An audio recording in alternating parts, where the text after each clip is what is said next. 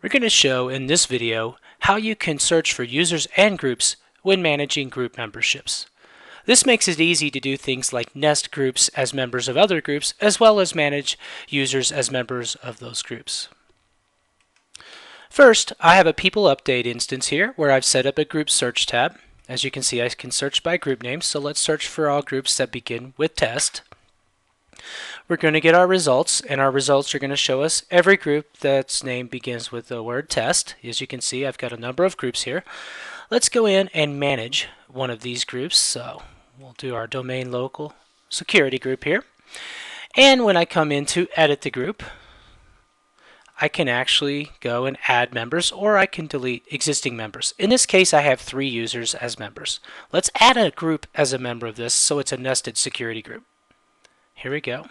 In our pop-up dialog, you notice that we see the ability to search users and groups, not just users.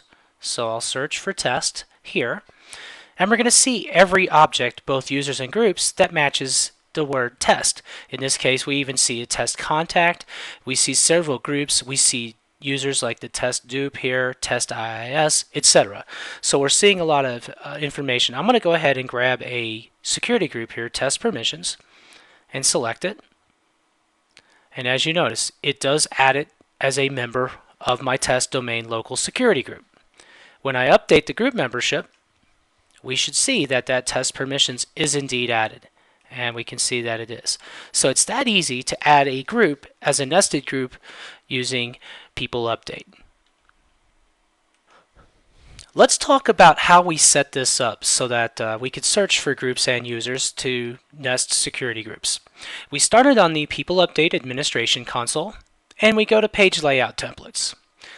Now, page layout templates define the templates for page layouts, obviously, that we use to search when those pop-up windows appear for searching for distinguished name-linked attributes, things like members of groups, managers, assistants, etc. We've defined 2 new page layout templates here from the default configuration, the group and user search template and the group and user summary template. Let's take a look at each of these.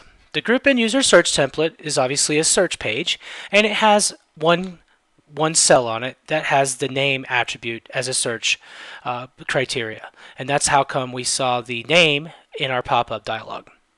The user summary template's a little bit more advanced. First and foremost, we set up display name and name to show on the summary page. We actually require display name to be on the summary page, so you have to have it, but we added the name column in addition. We also modified our LDAP filter. Notice here that we checked to override the default filter, and we put a filter in here. This filter I will highlight for you. It's an OR filter that looks for users, person categories, as well as group category. To give you a better picture of exactly what that is, that's the OR filter. This is the pipe character from the keyboard, and of course we have these nested. So be very careful when you type that in and make sure you have both conditions in here and that you're ORing them using the pipe character. Okay, back to our page layout templates. After we've defined our layout templates and set the LDAP filter, we actually added 2 secondary pages. One secondary apiece, one for each template. So we have our search users and groups page here that uses that template. We also added our matching users and groups for the summary that uses the summary template. From there, it's pretty straightforward what we need to do. We go down to the attributes for our tabs, so make sure you have your group search tab selected, and then we navigate down to the members attribute. Here, we're going to go ahead and edit this. As you can see, we've set up the access control list. In this case, everyone edit. You probably will set this to something more restricted, managed by perhaps, or a particular delegated group. And the most important part down here in secondary pages is that we set our new secondary pages up, so the search users and groups that we created, as well as the matching users and groups that we created. So between these two, you're able to go ahead and delegate the ability to put a nested group as a member of another group. So it's that easy to set up. Give it a shot, and if you have any questions, you can always contact us at support@webactivedirectory.com.